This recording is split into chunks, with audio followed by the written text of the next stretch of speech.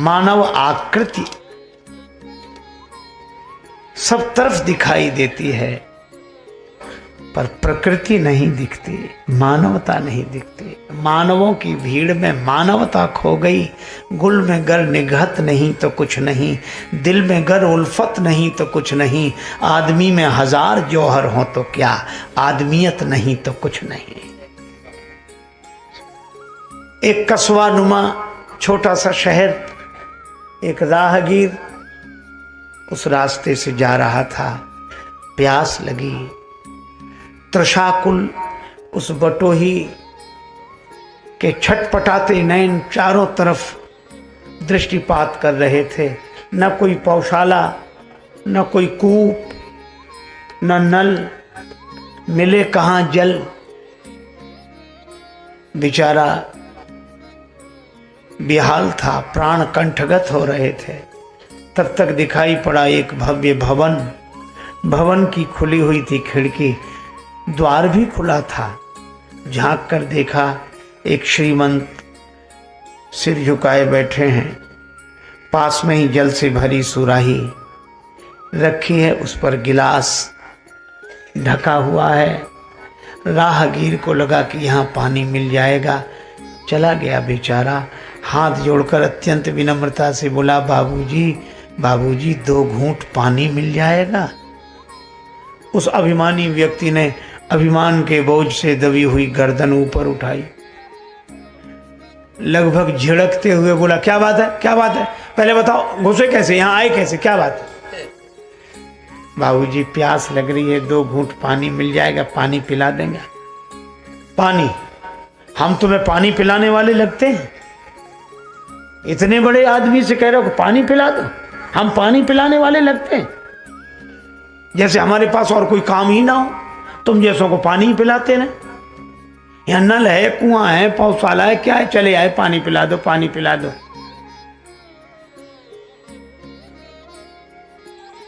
देखते नहीं है, एक भद्र पुरुष का भवन है, शरीफ आदमी का घर है। राहगीर हाथ जोड़ के बोला, सो तो देख ही रहे हैं। अवश्य सज्जन पुरुष का निवास है। परिभाषाएं बदल गई हैं महाराज।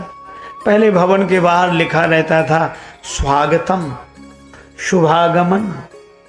अंग्रेजी पढ़े लिखे लोग लिखते थे वेलकम। अब यह लिखा नहीं मिलता। अब भवन के बाहर लिखा मिलेगा बिना इजाजत अंदर आना मना है। किसी किसी भवन के द्वार पर लिखा होगा कुत्ते से सावधान। हालांकि उसमें रहते आदमी हैं।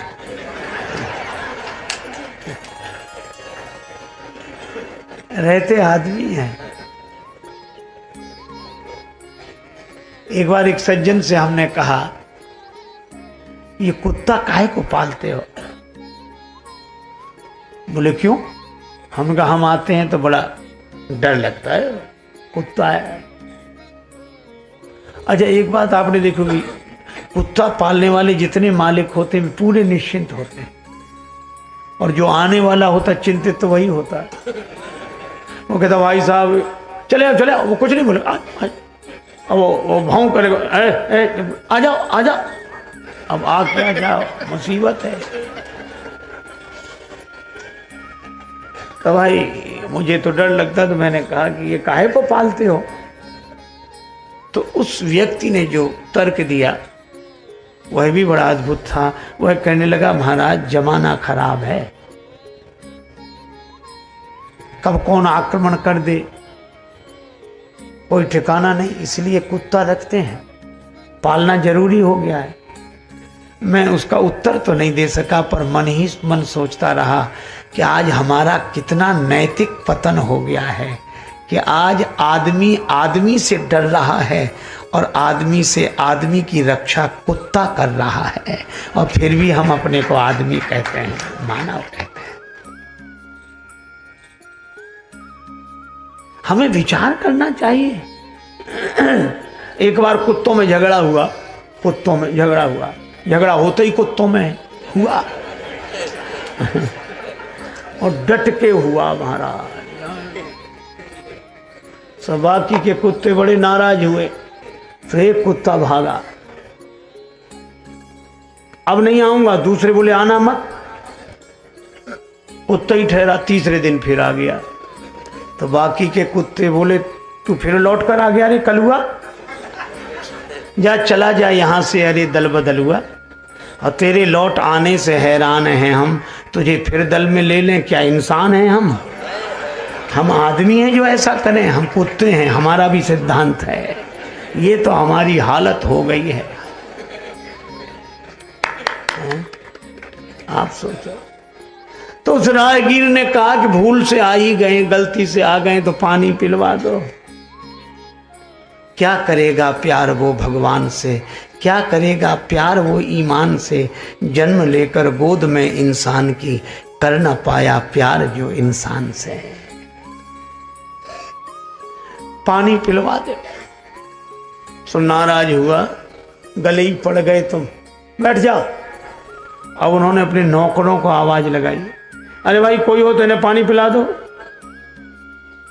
अब मौके पर कोई नहीं था तो धनी आदमी राहगीर से बोला, बैठ जाओ, किसी आदमी को आ जाने दो, पानी पिलवा देता हूं। आदमी माने नौकर। आदमी आजकल वही कहे जाते, कितने आदमी काम कर रहे हैं। सचमुच बेचारे जो काम करें वही तो आदमी हैं। तो उनका किसी आदमी को आ जाने तो पानी पिलवाए देता हूं। पर मजे की बात, बड़े आदमी के आदमी कोई मौके पर नहीं थे। तब राहगीर के प्राण कंठगत होने लगे। तो बाबूजी अब तो प्राण ही निकल रहे हैं प्यास के मारे। तो नाराज होकर बोले, कह दिया ना किसी आदमी को आ जाने तो पानी पिलवाए देता हूं। तो उसने हाथ जोड़कर कहा कि बाबूजी थोड़ी देर के लिए अगर तुम ही आदमी बन जाओ तो कुछ हर्ज है।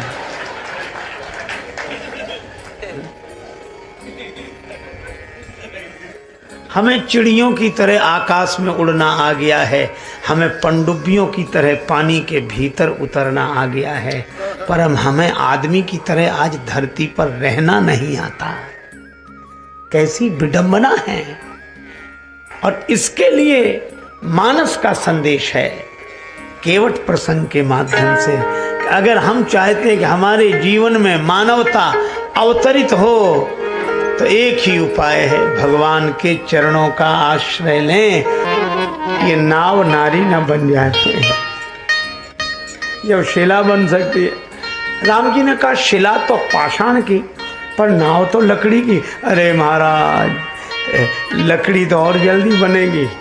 पाहन ते बन बाहन काठ को, काष्ठ पाषाण से कोमल, और फिर इतने दिन से जल में पड़ा है।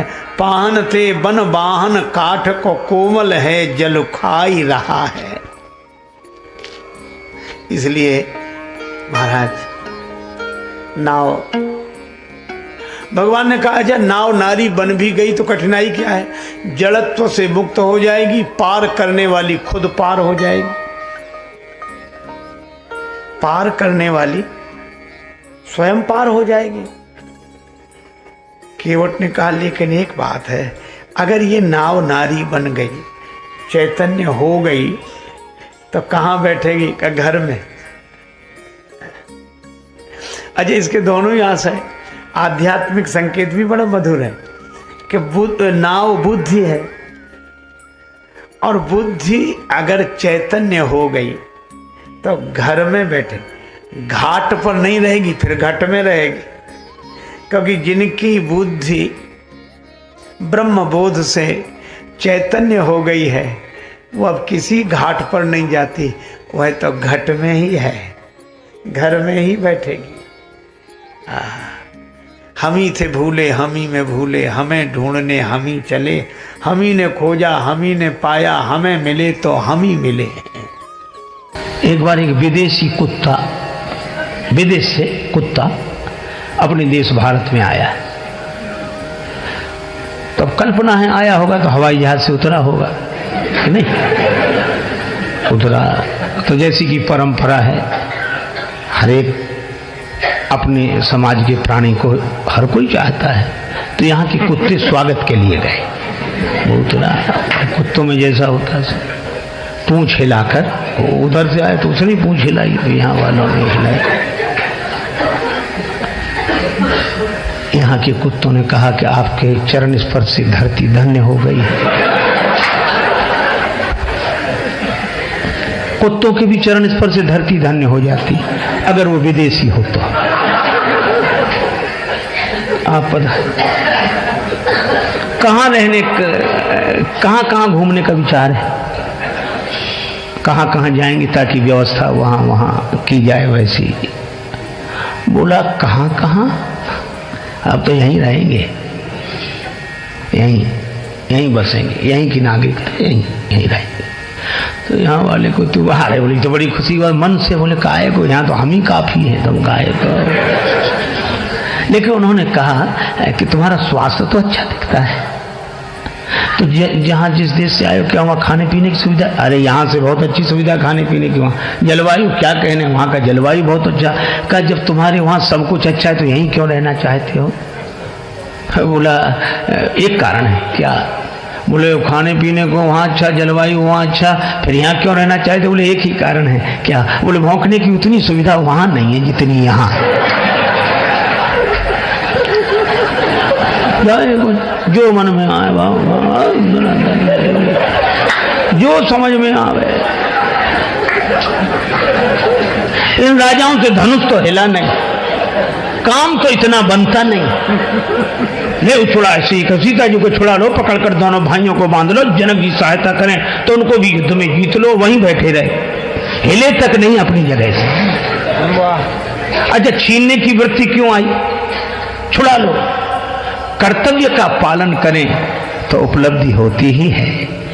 कर्तव्य का पालन जिनसे नहीं होता वो छीनने की वृत्ति आ जाती है। ऐसे छीन लो, इसे छुड़ा लो, ऐसे।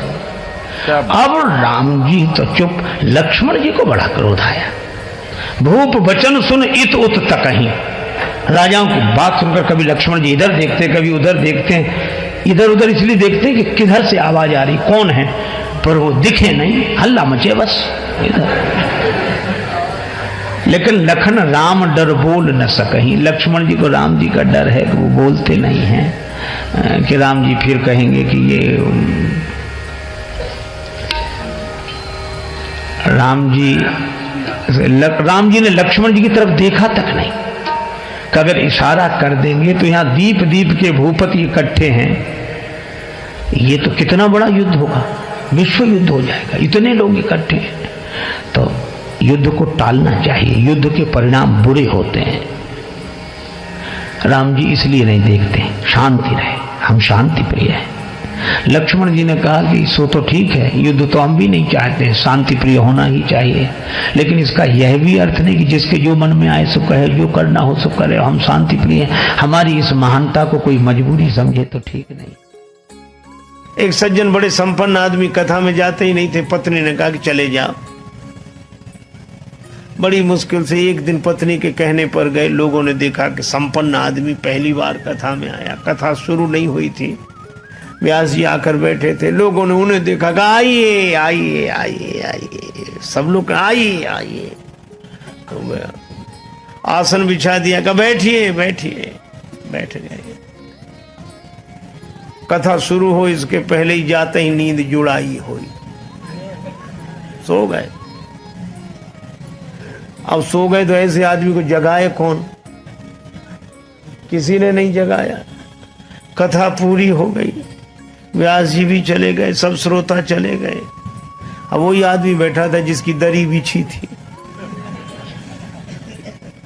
तो उसने धीरे से जगाया। बोले जाइए, कथा हो गई? हाँ हो गई। बड़ा आनंद आया, बहुत आनंद आया। घर पहुंच गए। पत्नी ने कहा कथा सुनी? हाँ सुनी, पर वहां 3 तो शब्द, आइए बैठिए जाइए, बस। पत्नी ने कहा अभिमानी आदमी है, दोबारा जाएगा नहीं। कहा ये तुम्हारे लिए मंत्र हैं, कल फिर जाना। तो अपने कमरे में जाकर बैठा, नींद नहीं आ रही थी, कथा में सो के आया, तब घर में कैसे नींद आवे। बिजली बंद कर दी, अब लेट है, नींद बैठ गया। पत्नी ने कहा ये मंत्र है, तो मंत्रों का जब करे तो बार बार कहा आइए बैठिए जाइए, आइए बैठिए जाइए। अंधेरा था, घर में घुसा चोर। चोर ने जैसे ही प्रवेश किया, ये बोला आइए। चोर ने कहा किसने देख लिया? तो चोर दबे पांव पीछे खिसकने लगा। तो ये बोला बैठिए। अरे बोले इसने पहचान लिया। तब तक चोर भागा, और भागा तो ये बोला जाइए। चोर ने समझा पहचान लिया, पकड़वा देगा कल। तो चोर दौड़ा दौड़ा आया, इसी के चरणों में गिर गया। चरण पकड़ ली, जो रुपया पैसा लाया था सो चढ़ा दिया, मुझे बचा। ये घबराया कि मंत्र इतनी जल्दी सिद्ध हो गए।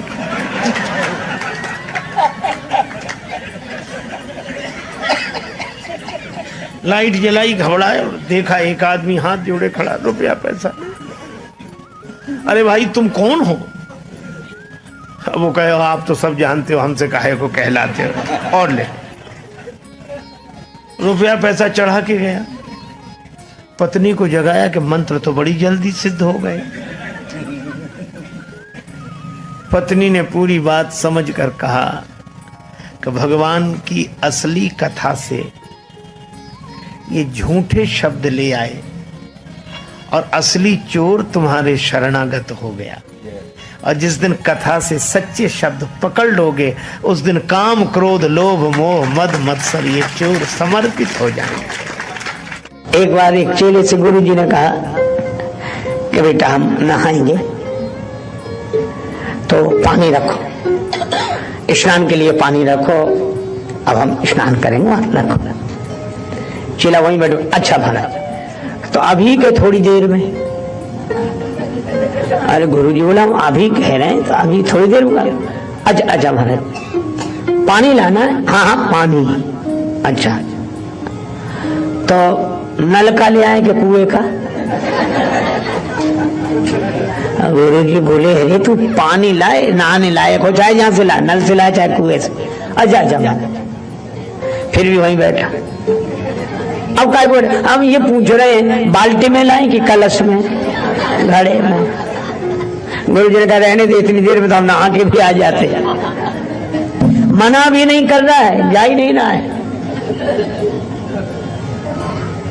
ये और कहे कि बस हम तो आपके चरणों के आश्रित हैं बस।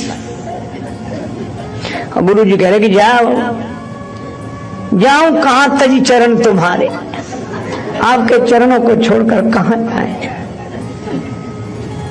एक गुरुजी का चेला बड़ा विचित्र। गुरुजी बैठे आश्रम में, अंदर छोटा सा आश्रम था, बाहर गौ माता बंधी थी, बरसात होने लगी। गुरुजी ने कहा कि बेटा गाय भीग रही है वर्षा में, गाय को बंधन से मुक्त करो ताकि वह आश्रम के अंदर आ सके। चेला बैठे बैठे बोला गुरुजी बंधन से मुक्त करना तो आप जैसे महापुरुषों का काम है, हम जैसा जीव भला क्या किसी को बंधन से मुक्त कर सकता है जो खुद बंधन में पड़ा। क्षमा करें, यह अनधिकार चेष्टा हमसे नहीं होगी। बोलो। गुरुजी भी समझ गए कि चेला नहीं गुरु ही मिला है। तो दो तरह की विचित्रताएं। कुछ लोग होते हैं जो ऐसा आदेश का पालन करते हैं कि गुरुजी से कोई लेना ही देना नहीं, और कुछ लोग ऐसे जो वहीं बैठेंगे पर जाएंगे कहीं नहीं, काम ही कुछ नहीं करेंगे। पर राम जी, अच्छा आपने देखा होगा जब लोगों का या शिष्यों का मान बढ़ जाए ना, तो फिर गुरुजी के प्रणाम करने का ढंग भी बदल जाता है। उनको ये लगता है कि हमको लोग इतना मानते और यहाँ प्रणाम करें। एक गुरुजी का चेला था जो सवेरे 4 बजे आता था प्रणाम करने, अंधेरे में, बस सवेरे ही कर जाए। एक ने कहा कि बड़ा भक्त है साहब, ब्रह्म मुहूर्त में आता है। अरे हमने कहा काहे का भक्त है? ये इसलिए प्रणाम इस समय करता है ताकि इस समय कोई देखे नहीं, दिन भर नहीं करेगा। और दिन भर सचमुच नहीं करता था, दिन में तो ऐसे बताता था गुरुजी को जानते हैं, महान है, तो लोगों में इज्जत भी बनी रही। और सवेरे सवेरे प्रणाम कर जाए 4 बजे, तो गुरु भक्ति भी बनी रही, गुरु जी भी खुश। बात अटपटी है पर प्रेम भरी है। एक बार एक महात्मा राजस्थान में गए, वहां का एक आदमी उन्हें लेकर गया अपने गांव में, और बड़ा इंटीरियर में गांव, वृद्धा माता। उसने माता से कहा कि माँ गुरुजी आए हैं, प्रणाम कर। तो बोली टूटी फूटी मारवाड़ी बोली में कहने लगी, गुरुजी थारे खुर छूं। और गुरुजी को गुरुजी कह रही थी और चरणों को खुर। महात्मा ने कहा, डांटा पर मधुरता से डांटा, माता जी ऐसे बोलती हो महात्माओं से, नरक जाओगी नरक। बुढ़िया नरक भी नहीं जानती थी, उसको लगा आशीर्वाद दे रहे हैं महात्मा। तो क्या बोली, महाराज हमारा कहाँ भाग्य जो नरक जाएं, नरक तो आप जैसे महापुरुषों को मिले हैं प्रभु, हमें कहाँ। बोलो भाई, उसकी सरलता पर महात्मा खिलखिला के हंस पड़े। जब सरलता पर महात्मा प्रसन्न हो जाते हैं और परमात्मा प्रसन्न हो जाए तो कौन सा आश्चर्य है। एक आदमी एक गांव में गया तो जिससे भी पूछे, क्यों भैया ये गांव रामपुर है, रामपुरा है, तो जो भी मिले हाओ। दूसरे से पूछे रामपुर हाओ, तीसरे भैया रामपुर हाओ। और वो बड़ा परेशान कि हाओ है कि रामपुरा है। एक पढ़ा लिखा आदमी दिखाई दिया कि भैया ये रामपुरा है। जी हाँ, अच्छा। तो और जितने लोग मिले वे हाओ हाओ कह रहे थे। तो उस व्यक्ति ने कहा कि पढ़े लिखे लोग जी हाँ बोलते हैं, बिना पढ़े लिखे लोग हाओ बोलते हैं। तो उस आदमी ने कहा कि बड़ी खुशी, आप तो पढ़े लिखे हैं। तो बोला हाओ। असली बात निकल गई। मित्रों, जय श्री राम, नमस्कार। आप सब हमारे इस हास्य कथा के कार्यक्रम को बहुत ही मजेदार पूर्वक और बड़े ध्यान पूर्वक सुना आपने। पूरा हमारा कार्यक्रम आपको कैसा लगा? तो इस कार्यक्रम में हमारे आप चैनल के जो भी आ रहे हैं प्रसंग, इसमें आपको हास्य कथाएं भी बहुत ही मार्मिक ढंग से मिल रही हैं। तो आप हमारे चैनल पर लगे रहें और सुनते रहें बराबर। तो आपको ऐसी ऐसी रहस्यमयी कथाएं मिलेंगी जिससे आपकी जो हंसी भूल चुके हैं आप, वो सारी चीज़ें यहाँ उपलब्ध होती रहेंगी। क्योंकि आज के इस भौतिक समय में हर व्यक्ति परेशान है और यही लगा हुआ है, हाय धन, और उसका मन मस्तिष्क चित्त सभी बिल्कुल सीरियस बना हुआ है, जिससे कि शरीर में अनेकों प्रकार की बीमारियां उत्पन्न हो रही हैं। इसका कारण बस मूल यही है कि हम संसार में परेशान हैं, हर भौतिकता की चीज हमें चाहिए। तो भौतिकता के लिए हम जब सन्मार्ग और सत्कर्म करते रहेंगे तो निश्चित है हमें टिकाऊ चीज़ें, हमारा जीवन अस्थाई बनेगा। तो अस्थाई बनने के लिए हमको ही यत्न करना पड़ेगा। ईश्वर या भगवान वो सब नहीं ऐसा कर पाएंगे कि आपको सब देते रहें, आपके मुंह में खिला भी दें, क्योंकि बनाना खाना हमको ही पड़ रहा है। तो किताबी ज्ञान लेना है, पढ़ना है, अनुभव करना है, परीक्षाएं देना है, तब पास होकर के कहीं जाके हम सर्विस पाते हैं, नौकरी पाते हैं, और तभी हमारा जीवन एक कल्याण मार्ग की तरफ चलता है। किंतु हम वहाँ पहुँचने के बाद हमें धर्म नहीं भूल जाना चाहिए, परोपकार की भावनाएं, छल। तो साथियों, जब तक हम परोपकार, धर्म, इन सब मार्गों पे नहीं चलेंगे, तब तक हमारा कल्याण का मार्ग नहीं प्रशस्त होता है। तो हमें ये चाहिए कि हम अपने जीवन यापन को करते हुए और दूसरे की भलाई में भी हमारा समर्पण भाव हमारे पास होना चाहिए। हम जिस कार्य में लगे हुए हैं उस कार्य को करते हुए किसी को कष्ट न पहुँचे और हम सेवा भाव में लगे हैं, तो हमारा निश्चित है आगे बढ़ंत ही होती जाती है हर व्यक्ति की, क्योंकि ये धर्मशास्त्रों ने जो बताया है नियम वही बिल्कुल चल रहा है। हमें आपको अपनी तरफ से कुछ भी कहीं भी कोई भी गलती न होने पावे, यह विचार भाव में हमेशा रहना चाहिए और अपनी बुरी आदतों को हमें छोड़ते हुए सत्कर्म के मार्ग पर चलना चाहिए। साथियों, तो आपको ये हमारा कार्यक्रम कैसा लगा आप लोग हमें कमेंट के माध्यम से जरूर बताएं, और यदि हमारे चैनल पर नए हो तो आप हमारे चैनल को लाइक, सब्सक्राइब, शेयर कर लें, जिससे कि आपको बहुत ही महत्वपूर्ण जीवन की रहस्यमयी बातें मिलती रहें, और जो भी त्रुटियां होंगी क्षमा करेंगे दोस्त। धन्यवाद।